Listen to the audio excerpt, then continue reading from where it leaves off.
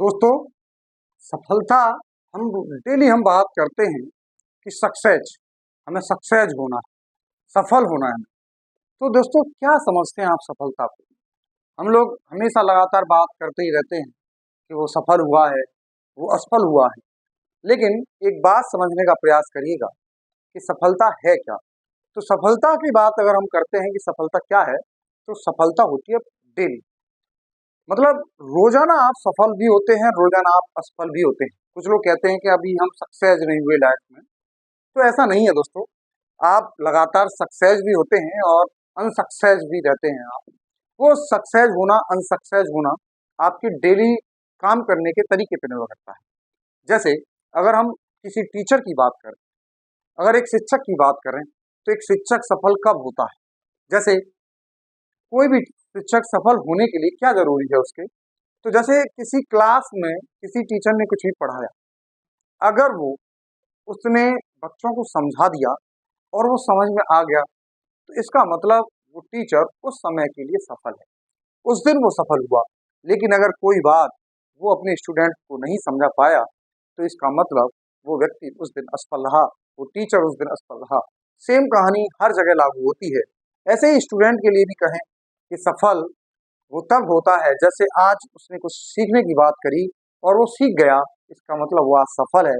और अगर नहीं सीख पाया तो वो असफल है। इसका मतलब सफलता असफलता हम डेली अपने जीवन में देख रहे हैं। कभी हम सफल होते हैं, कभी हम असफल होते हैं। लेकिन हमें काम करने के तरीके में लगातार बदलाव करते हुए उन असफलताओं को दूर करना चाहिए। हमें कभी भी हताश नहीं होना चाहिए, हमें कभी भी निराश नहीं होना चाहिए। आप जानते हैं कि बहुत सारा प्रयास करने के बाद ही सफलताओं पे सफलताएं मिलती जाती हैं, और एक दिन वो ऐसी सफलता बन जाती है कि लोग याद रखते हैं आपको कि आपने भी कुछ काम किया है। ये सफलता, जब भी हम बहुत बड़ी सफलता की बात करते हैं, तो जब कोई व्यक्ति बहुत ज़्यादा सफल होता है, तो इसका मतलब उसने बहुत ज़्यादा काम किया है। इसलिए कि काम करते रहिए, कम काम ही सबसे ज़रूरी है।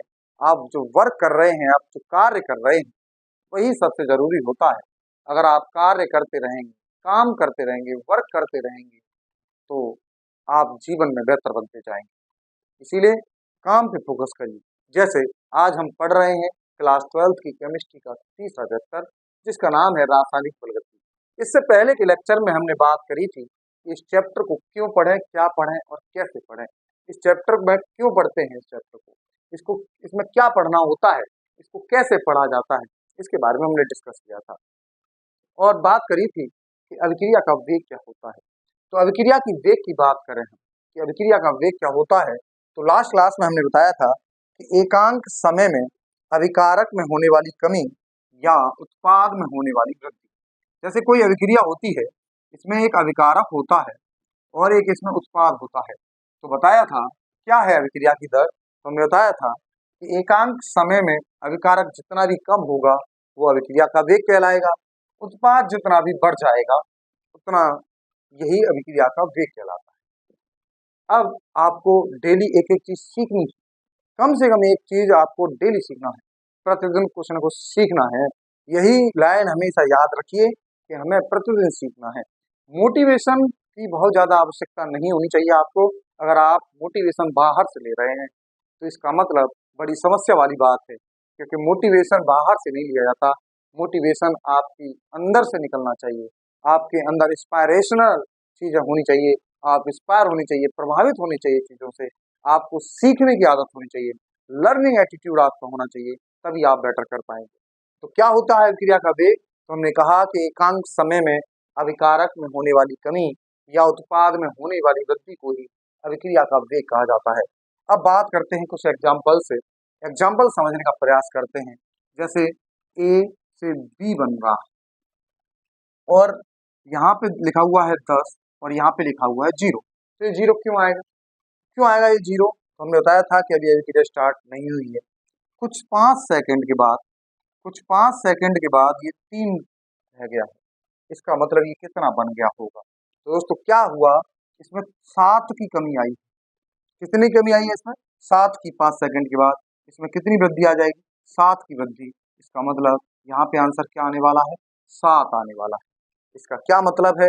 हमने कहा कि एकांक समय में अभिकारक में कितना चेंज हो रहा है, तो हम देखेंगे कि 5 सेकंड में कितना चेंज आ रहा है, 7 का चेंज आ रहा है। तो 1 सेकंड में चेंज आएगा दोस्तों 7/5।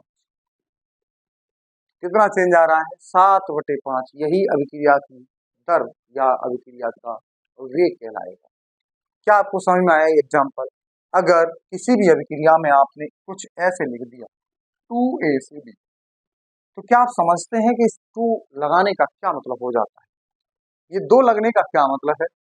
आप में से हो सकता है कुछ लोगों को ये पता हो कि 2 लगाने का इसका क्या अर्थ होता है। जो लोग देख रहे हैं उनमें से कुछ को ऐसा भी होते हैं जिनको नहीं पता हो, तो आप चिंतित ना रहिए। आपको अभी समझाते हैं कि इस 2 के लगाने का क्या मतलब है, यहाँ पे जो शब्द लगे होते हैं उनसे क्या मतलब है। देखिए जरा ध्यान से, जैसे अभी हमने कहा कि जैसे 2A से B, इससे पहले हमने एक एग्जाम्पल लिया था, ये इसकी A की सांद्रता 10 है और B की सांद्रता 0। क्योंकि अभी अभिक्रिया स्टार्ट नहीं हुई है, इसलिए हमने कहा कि A की सांद्रता 10 है, B की सांद्रता 0 है। ये A और B के बारे में बात करी है। ये केवल किसके बारे में बात करी है? A और B के बारे में। इसका मतलब नहीं है कि 2A 10 है, नहीं है। ये 2A नहीं है 10, A 10 है। A क्या है? 10 है। 2A कुछ नहीं होता, A है। A कितना है? 10। समझ में आ रहा होगा? मैं आपको जो समझाना चाह रहा हूँ उसी को समझने का प्रयास करिए, नहीं तो आप चीजों से हट सकते हैं। समझिए जरा ध्यान से, हमने कहा 2A 10 नहीं है, A 10 है।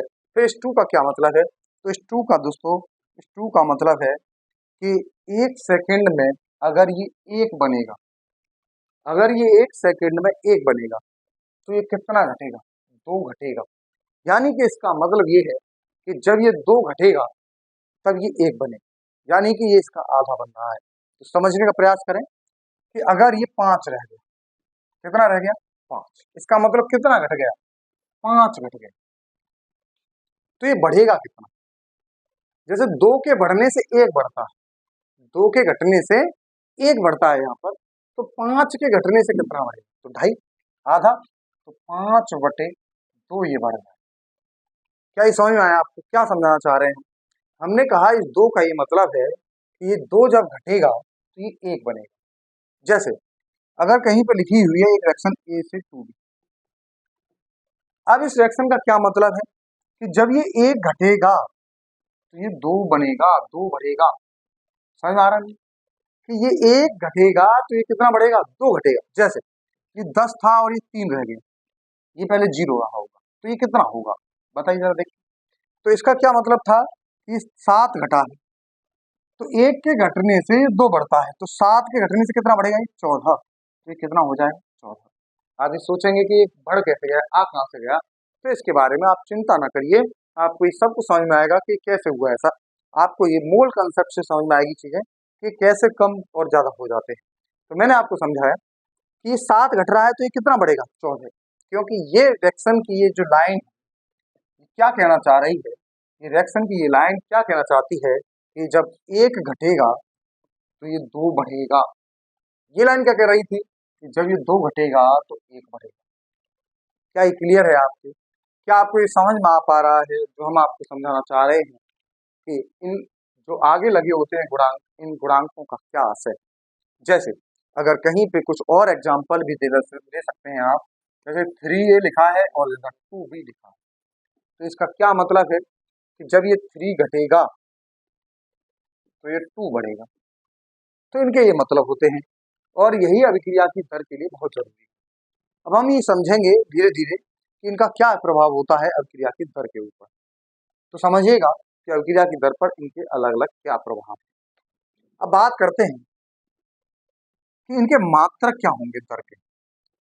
ये जो हमने वैल्यू ली है 10, ये 3, ये क्या मात्रा हो सकती है? तो जो मात्रक है वो सांद्रता में परिवर्तन हो रहा है प्रति समय के साथ में, उसी को हम वेग कहते हैं।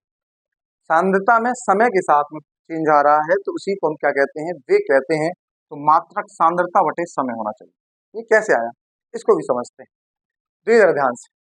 जैसे हमने कहा कि 5 सेकंड में कोई भी अभिकारक चेंज हो रहा है 2 मोल प्रति लीटर की सांद्रता उसकी चेंज हो रही है। तो 1 सेकेंड में वो कितना चेंज हुआ, तो 2/5 का चेंज आया। इसका मतलब ये दो क्या था, दो क्या था, सांद्रता में परिवर्तन। क्या था ये, सांद्रता में परिवर्तन अपॉन ये क्या था, समय। क्या था ये, समय। तो हमने कहा कि ये दर का फॉर्मूला बन गया। तो दर का फॉर्मूला क्या होता है, सांद्रता में परिवर्तन बटे समय।